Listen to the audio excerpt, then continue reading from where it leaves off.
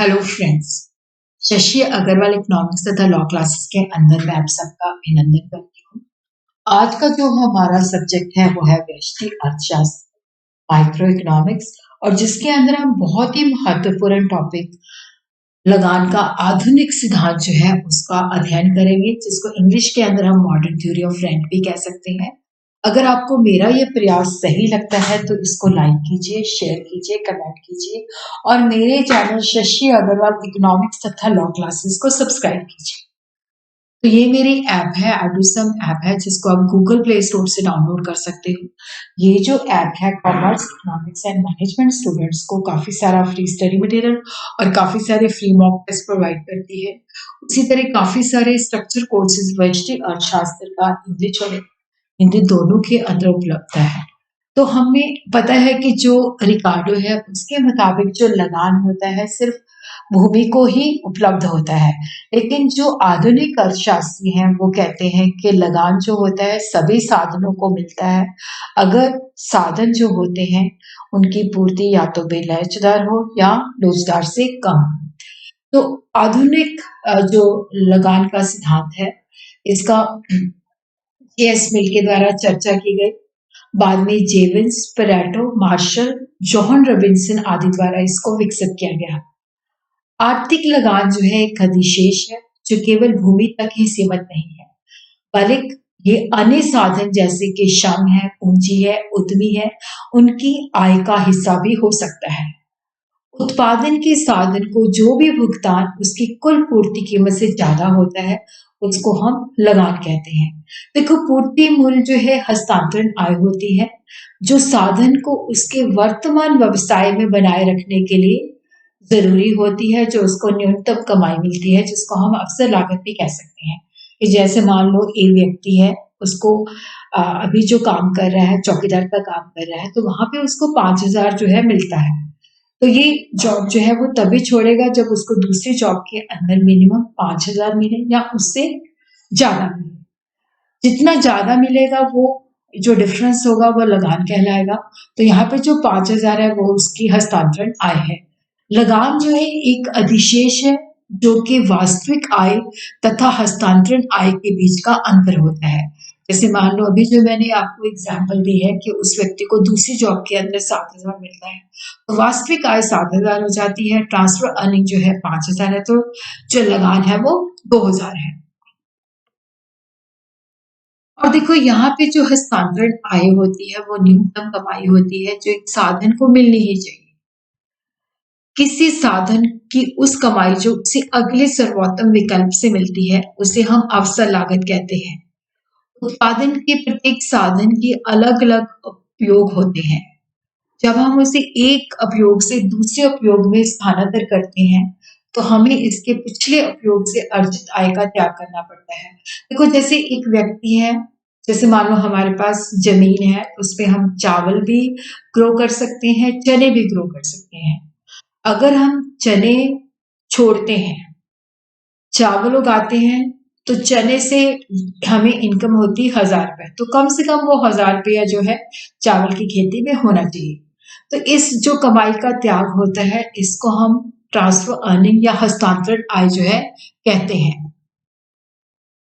इसकी जो परिभाषा स्टेनियर और हेग के मुताबिक लगान वो भुगतान है जो हस्तांतरण आय से अधिक होता है। किसी साधन का लगान जो है उसे बचत कहते हैं जो उस पर काम लगाए रखने के लिए दी जाने वाली कम से कम जो पूर्ति मूल्य होता है उससे अधिक होती है। जैसे मान लो एक व्यक्ति है, वो नौकरी कर रहा है, वहां से उसको 5,000 मिल रहे हैं, तो वो दूसरी नौकरी पे तभी जाएगा जब उसको कम से कम 5,000 मिलेगा। तो वो नौकरी छोड़ के दूसरी नौकरी ज्वाइन कर लेता है, वहां पे उसको 7,000 मिलता है, तो 7,000 उसकी एक्चुअल अर्निंग है, वास्तविक आय है। ट्रांसफर अर्निंग जो है 5,000 है, तो उन दोनों का जो डिफरेंस है 7,000 माइनस 5,000, तो ये लगान है। अब क्वेश्चन ये उठता है कि लगान उत्पन्न क्यों होता है।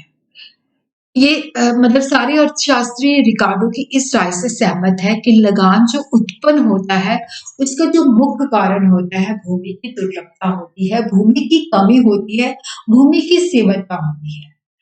अन्य जो साधन होते हैं जैसे श्रम है, पूंजी है, उद्यम है, तो उनकी पूर्ति भी उनकी मांग की अपेक्षा दुर्लभ हो सकती है।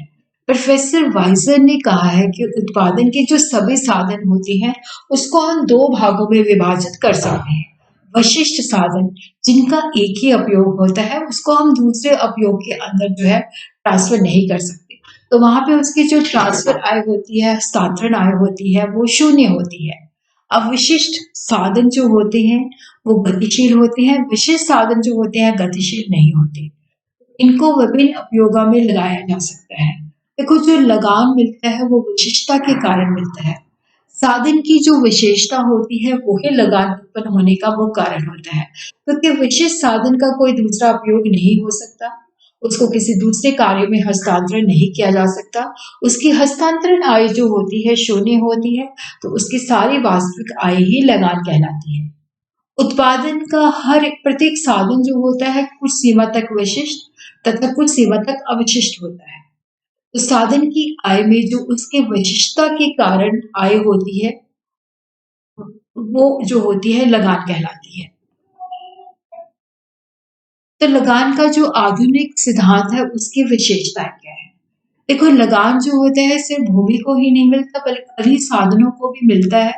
लगान तभी उत्पन्न होता है जब साधनों की पूर्ति पूरी तरह से बेलोचदार बेलोचदार का मतलब होता है जिसकी पूर्ति को मांग के द्वारा घटाया या बढ़ाया नहीं जा सकता या कम लोचदार होती है। लगान की राशि वास्तविक आय तथा हस्तांतरण आय के बीच के अंतर के ऊपर निर्भर करती है।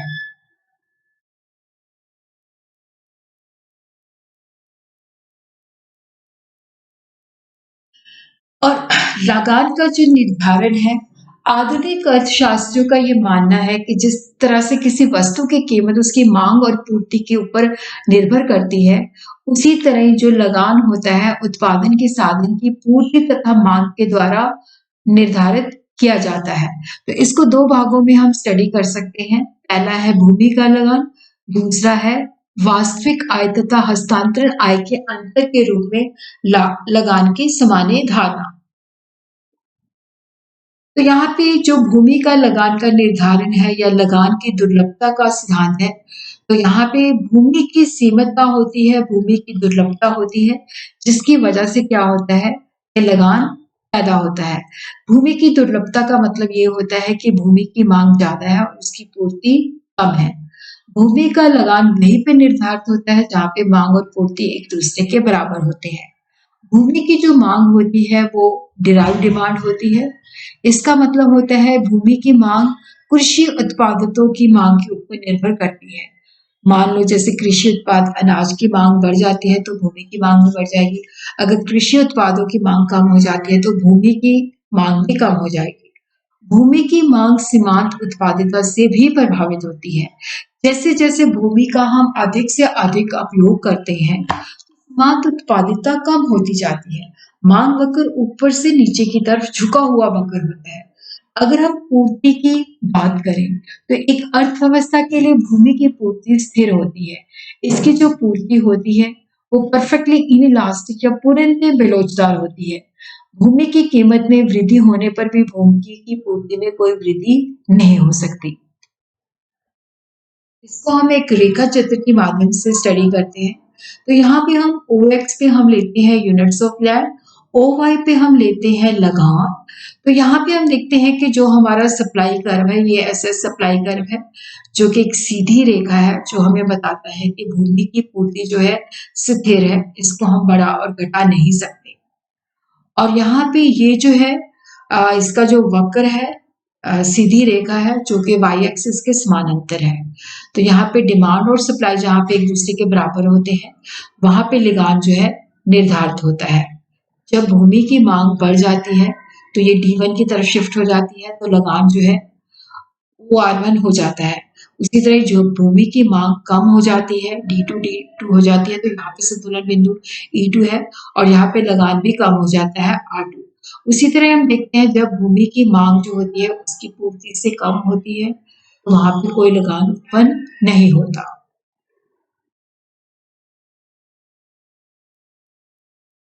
अब हम देखते हैं कि जो अन्य साधन है तो वहां पे लगान जो होता है वास्तविक आय तथा हस्तांतरण आय का डिफरेंस होता है। आधुनिक अर्थशास्त्रियों के मुताबिक जो लगान है वो एक्चुअल अर्निंग और ट्रांसफर अर्निंग का डिफरेंस होता है। तो उनका ये मानना है कि ये सिर्फ भूमि तक ही सीमित नहीं है, अन्य साधन को भी मिल सकता है। प्रत्येक साधन की आय का हिस्सा हो सकता है, जैसे पूंजी है, श्रम है, उद्यमी है, साधन। और देखो ये साधनों को तभी लगान प्राप्त होता है जब उनकी पूर्ति जो होती है पूरी तरह से बेलोचदार हो या लोचदार से कम हो। उत्पादन के साधनों की पूर्ति अगर परफेक्टली इलास्टिक है, जिसका मतलब है कि जितनी डिमांड है उतनी सप्लाई हम कर सकते हैं, तो वहां पे संपूर्ण लगान जो होता है जीरो होता है। और उत्पादन के साधनों की जो पूर्ति है वो पूर्ण के बेलोचदार होती है, तभी जो लगान होता है वो प्राप्त होता है। तो साधन के द्वारा अगर पूर्ति पूरी तरह से बेलोचदार है, तो वहां पे साधन के द्वारा जो उसको पूरी आय मिलती है वो लगान कहलाती है। और उत्पादन के साधन की पूर्ति अगर पूर्ण लोचदार से कम है, तो वहां पे साधन के द्वारा कमाई गई वो आय का भाग जो हस्तांतरण आय से ऊपर होता है वो लगान कहलाता है। तो पहले हम सिचुएशन देखते हैं लगान का निर्धारण, जहां पे साधन जो होता है उसकी जो पूर्ति है वो पूरी तरह से लोचदार होती है। तो पूरी तरह से लोचदार का मतलब होता है कि जितनी मांग है उतनी सप्लाई हम जितनी डिमांड है उतनी सप्लाई हम कर सकते हैं।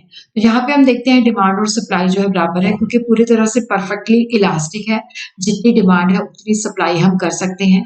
तो एक्चुअल अर्निंग जितनी होती है उतनी ही ट्रांसफर अर्निंग होती है। तो यहाँ पे रेंट जो होता है शून्य होता है। तो यहाँ पे हम देखते हैं कि ये जो कर्व है एक्स एक्सिस से पैरेलल है, यहाँ पे हम जो है कैपिटल लेते हैं, यहाँ पे हम रेट ऑफ इंटरेस्ट लेते हैं।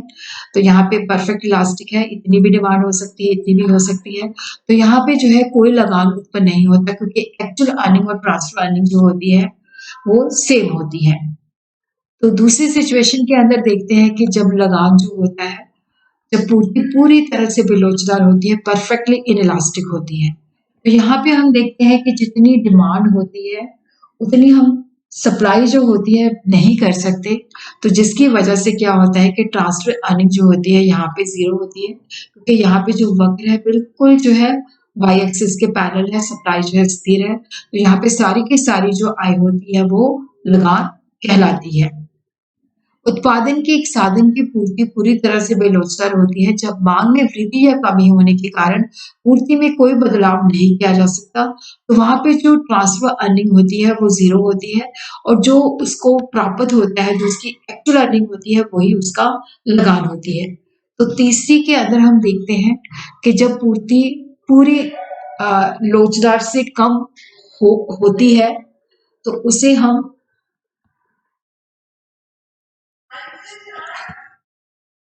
तो यहाँ पे हम देखते हैं कि किसी साधन की पूर्ति पूर्ण लोचदार से कम तभी कही जाती है जब उसकी मांग में वृद्धि होने के बावजूद उसकी पूर्ति में हम मतलब उतनी अनुपातिक विधि नहीं होती, अपेक्षाकृत क्रम विधि होती है। तो जब साधन की मांग बढ़ती है तो उसकी पूर्ति उस अनुपात में नहीं बढ़ती। तो यहाँ पे हम देखते हैं कि देखो यहाँ पे ये जो है ये नंबर ऑफ लेबर है, यहाँ पे हम वेज या रेंट लेते हैं। तो ये हमारा सप्लाई कर्व है जो यहाँ से स्टार्ट होता है, और यहाँ पे डिमांड जो है इसको इस वक्त पे काटती है, तो ये इक्विलिब्रियम है। तो यहाँ पे उसको ये वेज रेट मिलता है। तो यहाँ पे हम देखते हैं कि जो उसकी देखो ये वाला हिस्सा जो है उसका SEN जो है ये ट्रांसफर अर्निंग है, और उसको जो प्राप्त होता है ये वाला हिस्सा प्राप्त होता है OWEN। तो ये WSE जो है दैट इज द रेंट। तो यहाँ पे हम देखते हैं कि जो उसकी वास्तविक आय है वो है OWEN, और जो हस्तांतरण आय है वो है OSEN, और जो रेंट उसको प्राप्त होता है SEW।